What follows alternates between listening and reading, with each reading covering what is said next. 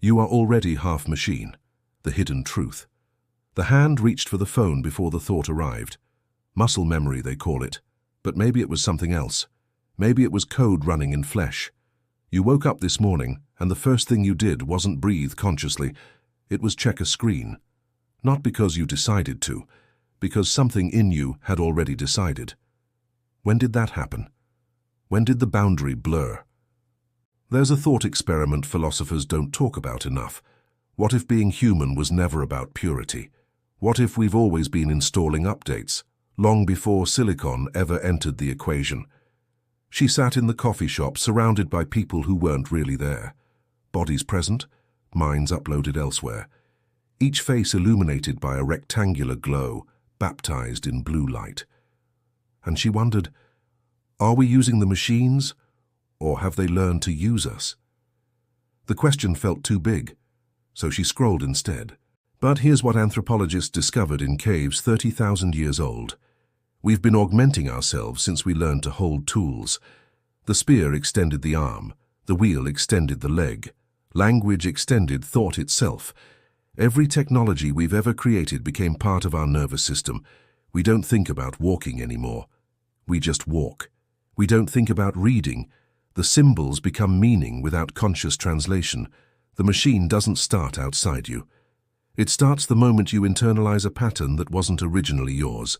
He remembered the last time he got lost. Actually lost. No GPS, no signal, just uncertainty and a paper map he didn't know how to read. The panic was immediate. Not because he was in danger, because part of his cognition was suddenly missing. That's when it hit him. His sense of direction had been outsourced for years. Google Maps wasn't helping him navigate, it was navigating for him. And his brain, efficient as always, had simply deleted that function to make room for something else. Optimization, that's what we call it. Evolution calls it something different. Dependency. When was the last time you remembered a phone number? Not your own, someone else's. There was a time when your mind held dozens of them, 7 digits etched in neural pathways, available on command. Now, if your phone dies, so does your ability to reach the people you love most. This isn't a judgment, it's an observation.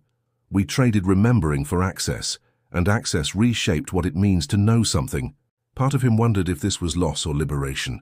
Maybe forgetting phone numbers meant his mind could hold something more important: poetry, presence, the exact color of his daughter's eyes in morning light. Or maybe it meant he was fragmenting. Pieces of self distributed across devices, clouds, algorithms that knew his patterns better than he did. A neuroscientist at Stanford ran an experiment that still haunts the field. They gave students a complex problem to solve, but with one condition. Half could search for answers online, half could not. The ones with internet access performed better, obviously. But here's what unsettled everyone. Brain scans showed their hippocampus, the region responsible for memory formation, was significantly less active. Their brains had learned something quietly terrifying. Why remember when you can retrieve? The architecture of thought was changing in real time. Not over generations, over months.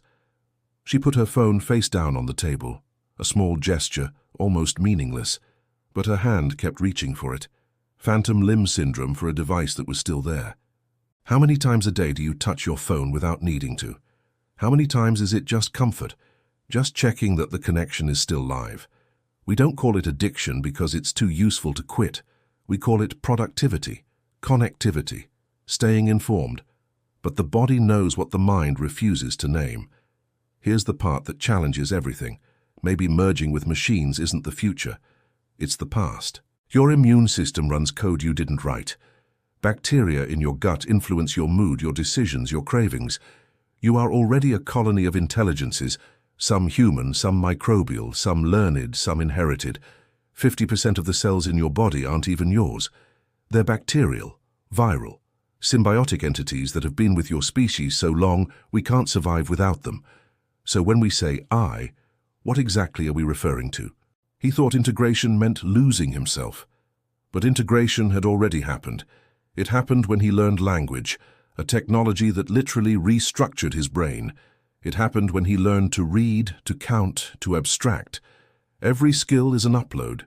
Every habit is an algorithm you run without thinking. The only question is, who's writing the code? In Tokyo, there's a man who hasn't used the internet in 5 years, not as protest, as experiment. He wanted to know what remained when the augmentation was removed. The first month was withdrawal, the second was silence. By the third, something unexpected. His memory sharpened, his attention deepened. Dreams became vivid again, textured with detail. But he also became isolated. Conversations required translation.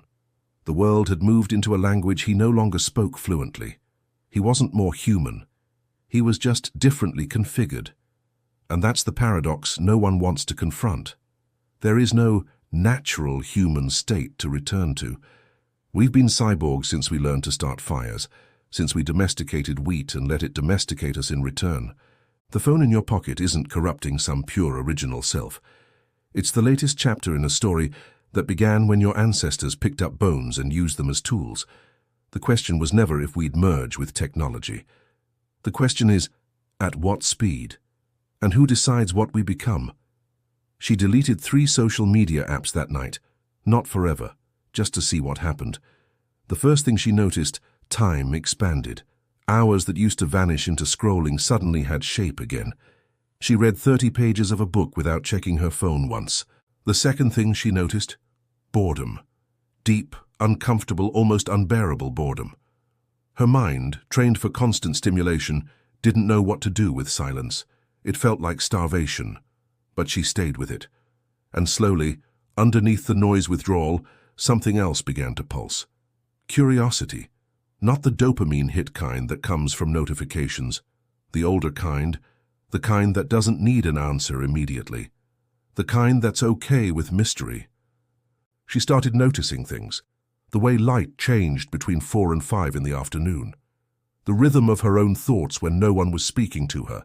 Not even the algorithm. It wasn't transcendence. It was just attention, returning to its default state. And it felt almost illegally quiet. But here's what surprised her most. She didn't stay disconnected. Because disconnection wasn't the answer either. The tools weren't the problem. The unconsciousness was. What surprised me most wasn't how a simple focus timer improved my workflow, but how it redefined what productivity meant to me.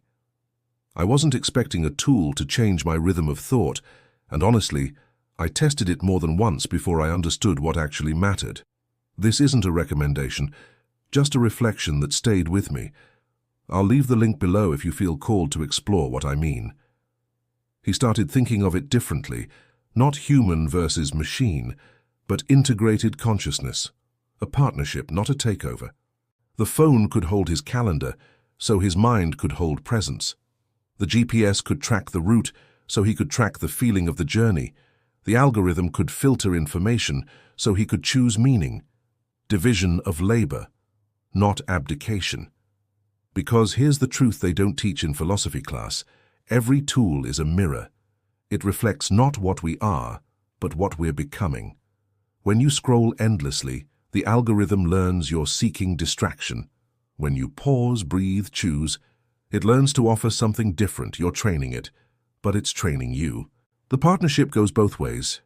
The question is, are you the senior partner or the junior one? There's a Zen koan that feels urgent now. Before enlightenment, chop wood, carry water. After enlightenment, chop wood, carry water. The tasks don't change. The consciousness does. Before awareness, you check your phone. After awareness, you check your phone. But the relationship has fundamentally shifted. One is compulsion, the other is choice. She realized the cursor had been blinking this whole time, waiting. Not for content, not for productivity, just for intention. The machine doesn't care what you create. It will execute whatever command you give it, conscious or unconscious. It will amplify distraction or focus with equal efficiency. It has no preference. That's your job.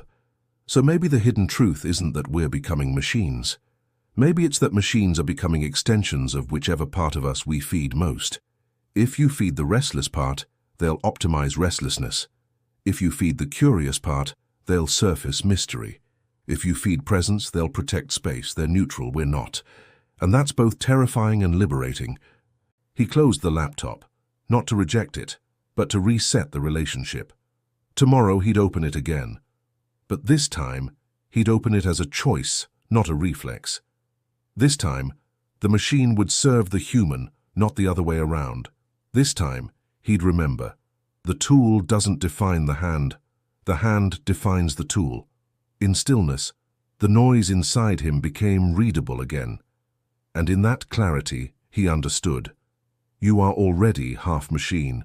You always have been. The only question left is, which half is steering? What part of this reflection spoke to you most? And from where are you watching? Let's keep the dialogue open quietly. Tell us which country or city you're watching from. See you in the next video. Bye.